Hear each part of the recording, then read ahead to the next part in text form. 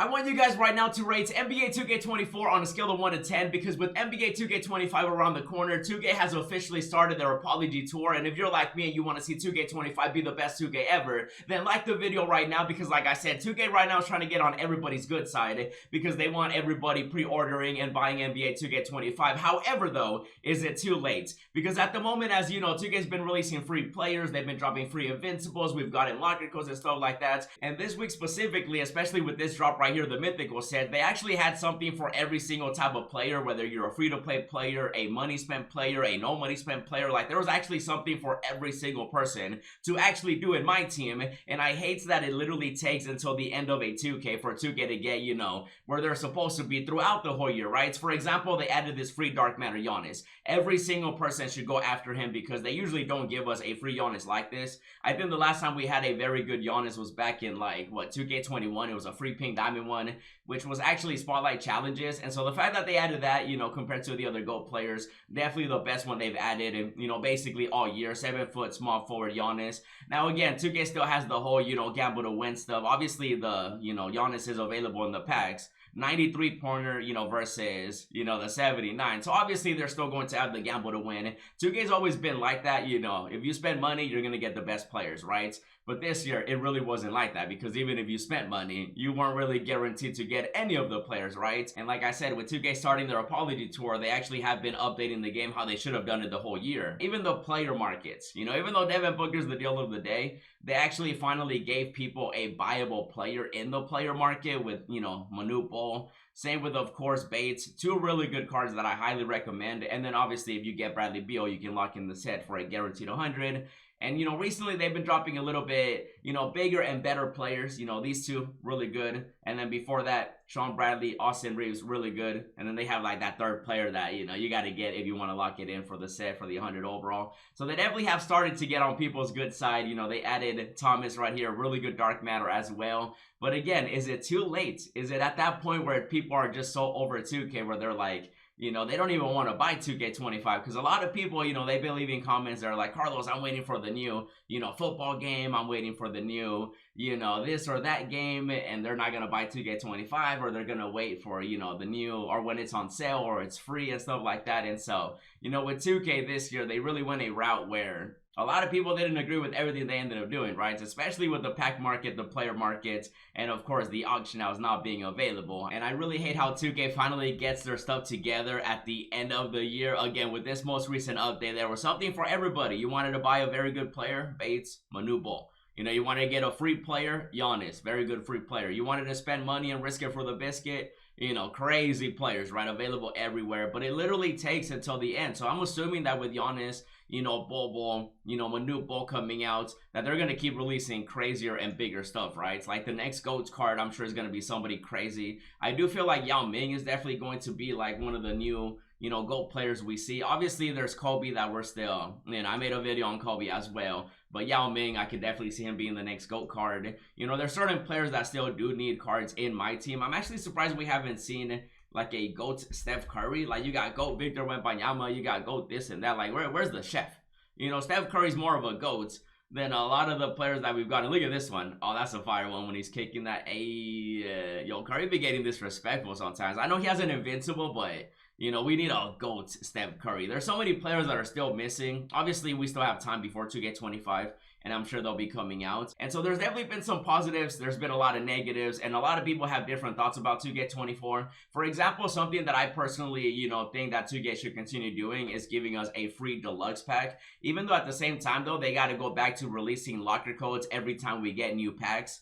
Do you guys remember the days that we would actually get a locker code every single time 2K drop packs? Because that's how they would advertise their packs, right? They'd be like, hey, you know, type in this locker code for a free pack and then head to the pack market and open the packs. And this year, they kind of went the route of just giving us a deluxe pack every single, you know, through the agendas. They did the spotlight challenges. And I do like that specifically just because it gives everybody a chance to get a new player. You know, from the pack drop, you know, they basically have been doing that in the spotlight challenges here as well. You know, they got the next one. They got the mythical one. They got the invincible ones and stuff like that. And so, you know, I'm assuming that 2K's thought process is, hey, we're adding them to challenges and agendas, so you guys don't need locker codes. But no, 2K, we need locker codes. We need locker codes how they used to be consistently, you know, available in previous 2Ks for years. I think it was like, what, 2K20 2K23 is really when 2K stops giving us consistent locker codes, and then obviously this year, and then, you know, stuff like that. So for 2K25, I'm hoping that locker codes do go crazy. But again, with this most recent drop, especially this week, they've been back on their game, but it's literally just because they want people to buy the new 2K, and I want this to be consistent. Speaking of consistency, again, we talked about locker codes, right? Do you guys remember the days of locker codes? It was crazy, man. We used to get,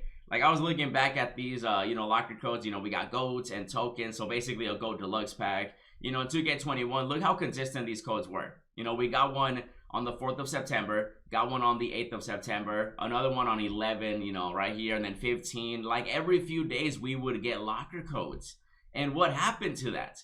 2K, this is one of the things that people loved about my team. I feel like recently, the past couple of years, they've just been getting rid of stuff that people actually enjoy about my team. The auction house, the locker codes. Like, look at the dates, bro. November 12th, November 13th. Like, they were consistent. Every time they dropped packs, we were getting a locker code. Anytime something happened in the NBA, we would sometimes get locker codes. Like, me, just look at this. November 25, we got 2 locker codes. 2 locker codes, bro. We only get like multiple locker codes when either a legend dies or when they're, you know, on their apology tour, because they want everybody to get, you know, the new 2K. They want to be on everybody's good side. And look at this, bro. December 5, December 9, December 11, December 13. Every few days, locker code, locker code, locker code. Oh, do you guys remember this one? Ja Morant's. We need to bring back specific locker codes when it comes to you know, exclusive players. Instead of making exclusive locker codes, let's get exclusive players like the Ja Morant. You know, we had Allen Iverson during this time as well, right here. Yeah, well, one of my favorite locker codes of all time. And it's so sad because there's so many people out there that really, they don't know the glory days of my team, right? It's like, if you've been playing 2K and my team for a while, you're like, man, I remember this, Carlos. But there's definitely, you know, younger people, younger players, younger users, younger everything, you know, basketball fans, 2K fans, that they didn't experience this. They're like, Carlos, why do you keep talking about locker codes? What are even locker codes? I wonder if there's ever going to be on my team where people are going to be like, what's a locker code? You know what I mean? Look at this. February 12th, February 15, and then 16, literally back-to-back days of locker codes. And then every time we had a season, they would drop multiple locker codes. Season 5 came out, bam, locker code, 2 locker codes every time we got a new season. Nowadays, we don't even get a locker code for the new season. I think the first time we got a locker code this year for the season was like, I think it was the previous season, right? So, you know, it just goes to show you, look at this, like the dates, bro, 12, 9, every few days. Look at this. My boy Roberto getting a locker code. We used to get the brackets for the tournament, you know, college basketball. And like, what happened? Just seeing all these locker codes. Literally every few days we would get a locker code, and then another locker code, and then another locker code, and then another locker code, and it's been like that up until 23. 2K23 is really when they stopped. Look at this. This is all the locker codes we had in 21 alone. Like, I can go all the way up. They were still going. Look at this. Out of this world. They would drop sewer packs. Guess what? A locker code. Locker codes. Like 2K, bring back consistent locker codes. Even in 2K22. Look at this. October 18, October 19, back-to-back days with locker codes. And then 21, a moment's locker code. Like, do you see the difference between this versus what we have nowadays? It's so obvious that 2K just, I don't understand the thought process behind getting rid of locker codes, right? Because it's the simplest thing you can do. Everybody gets to use it. It's not like, oh, you gotta pay for locker codes or you gotta grind for locker codes. No, locker codes are literally the easiest thing for everybody. For 2K, look at this. Kyrie Irving, another exclusive only, you know, player locker code. And they stopped doing that. When's the last time we had an exclusive locker code? I guess recently, because again, they're on their apology tour with the invincibles that we got. But look at this. I'm literally still scrolling. 2K22. Still scrolling, bro. Those two, you know, from I think, yeah, even in 2K19, 2K20, 2K21, like every 2K, there's been locker codes. Look at all the locker codes. Oh my goodness, were these? Oh, these were crazy. these were crazy. Oh my, look, these were limited though, so like, that's how they were crazy. They had like a hidden, you know, number letter, and people were like, "Oh my god!" But this got the community talking, right? But then 23 rolled around, and they kind of slowed down on the locker codes. You know, they kind of don't. You see, look. March 18, March 4, February 22, April 9. You see how like now they started.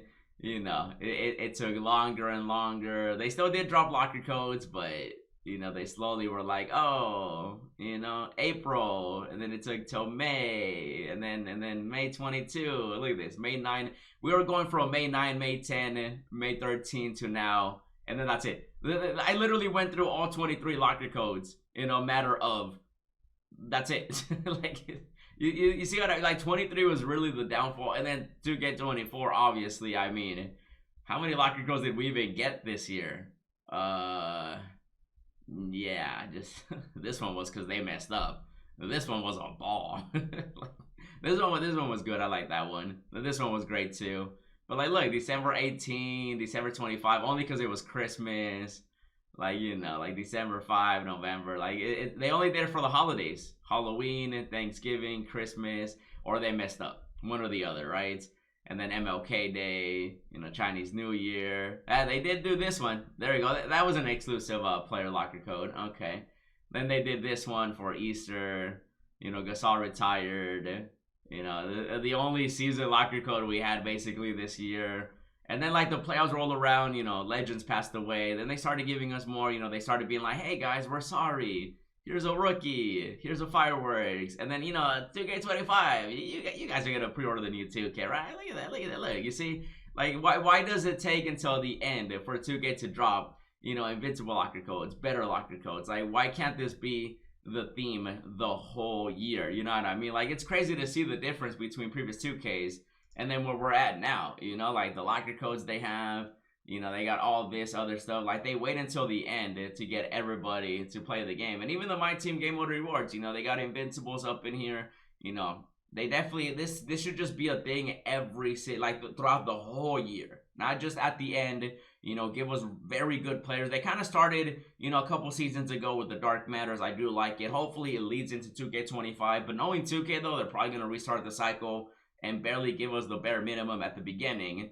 And then at the end of 2K25, that's really when it's going to get really crazy, you know? And so I'm hoping that for 2K25, hopefully they just go back to how it used to be. Let me know what you guys think about it. Just wanted to talk about it because 2K25 is around the corner. And if you want to see more, check out the Kobe updates. Also, check out the pack opening. And as always, thanks for watching, and I'll see you in the next video.